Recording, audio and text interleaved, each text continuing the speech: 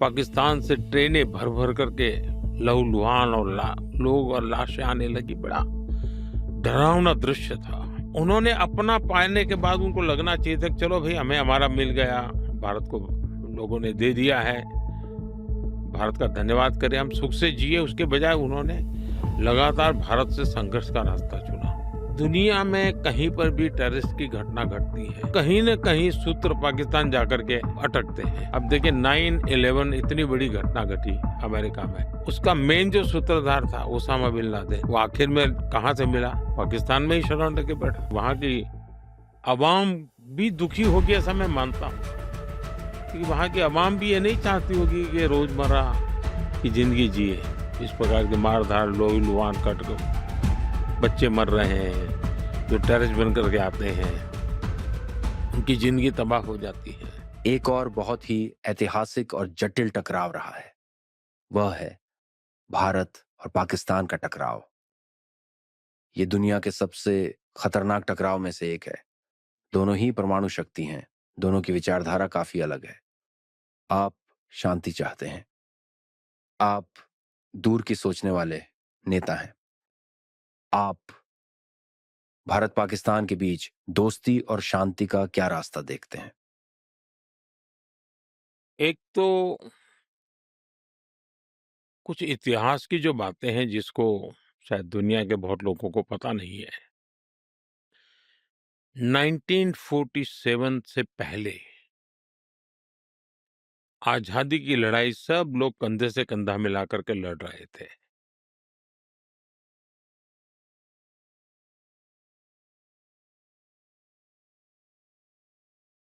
और देश आजादी के लिए आजादी का जश्न मना का इंतजार कर रहा था। उसी समय क्या मजबूरियां रही होगी, वो कई उसके भी पहलू हैं, उसकी लंबी चर्चा हो सकती है। लेकिन उस समय जो भी नीति निर्धारक लोग थे उन्होंने भारत के विभाजन को स्वीकार किया।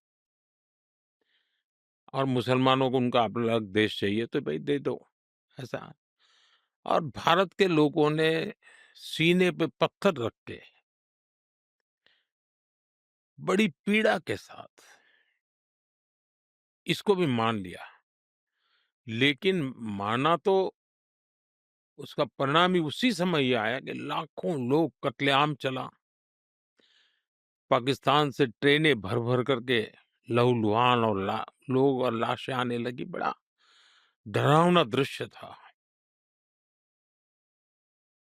उन्होंने अपना पाने के बाद उनको लगना चाहिए था कि चलो भई हमें हमारा मिल गया, भारत को लोगों ने दे दिया है, भारत का धन्यवाद करें, हम सुख से जिए। उसके बजाय उन्होंने लगातार भारत से संघर्ष का रास्ता चुना।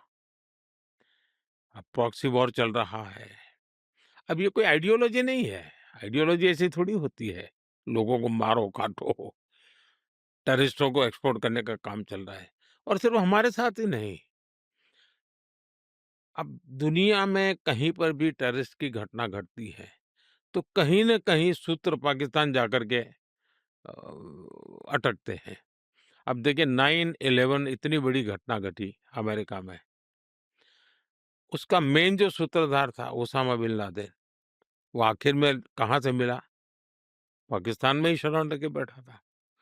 तो दुनिया पहचान गई है कि ये प्रकार से आतंकवादी प्रवृत्ति, आतंकवादी मानसिकता, और वो सिर्फ भारत ही नहीं, दुनिया भर के लिए परेशानी का केंद्र बन चुका है।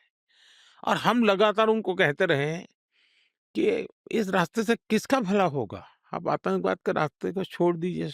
ये स्टेट स्पॉन्सर्ड टेररिज्म जो है, वो बंद होना चाहिए। नॉन स्टेट एक्टरों के हाथ में सब छोड़ दिया है, क्या होगा फायदा? और इसकी शांति के प्रयासों के लिए मैं खुद लाहौर चला गया था। मेरे प्रधानमंत्री बनने के बाद मैंने मेरे शपथ समारोह में पाकिस्तान को स्पेशली इनवाइट किया था, ताकि एक शुभ शुरुआत हो।